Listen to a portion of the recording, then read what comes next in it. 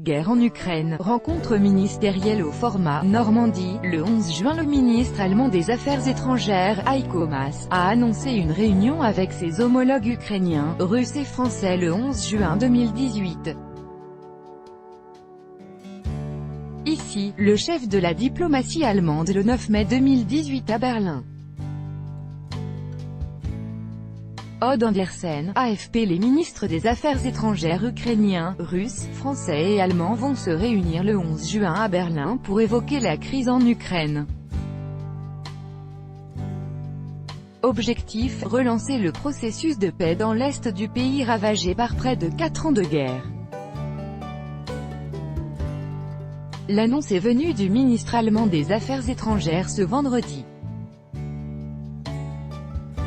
Ces dernières semaines, au cours de discussions avec les ministres des Affaires étrangères de l'Ukraine, de la France et de la Russie, nous nous efforçons d'organiser à nouveau une rencontre de format Normandie au niveau des ministres des Affaires étrangères.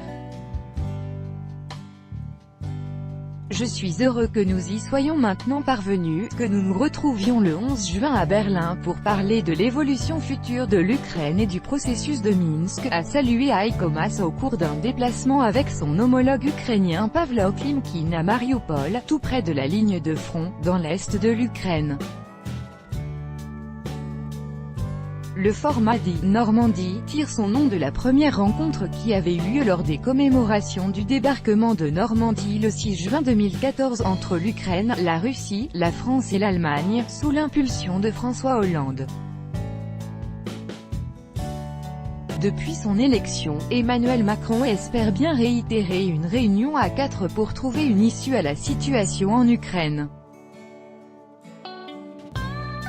Les processus de paix au point mort. Mardi 29 mai, le ministre français des Affaires étrangères français Jean-Yves Le Drian avait déclaré que le président français et son homologue russe Vladimir Poutine s'étaient accordés au cours de leur rencontre la semaine dernière sur la nécessité de relancer le processus de paix dès le mois de juin.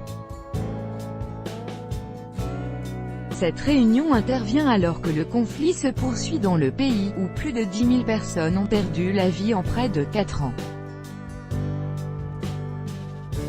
Kiev et les Occidentaux accusent la Russie de soutenir militairement les rebelles, ce que Moscou dément malgré de nombreuses publications sur la présence de ses armes et de ses militaires dans l'est de l'Ukraine. Depuis les accords de Minsk en février 2015, des trêves successives ont permis de réduire le niveau des violences sans toutefois mettre un terme définitif aux violences, avec AFP.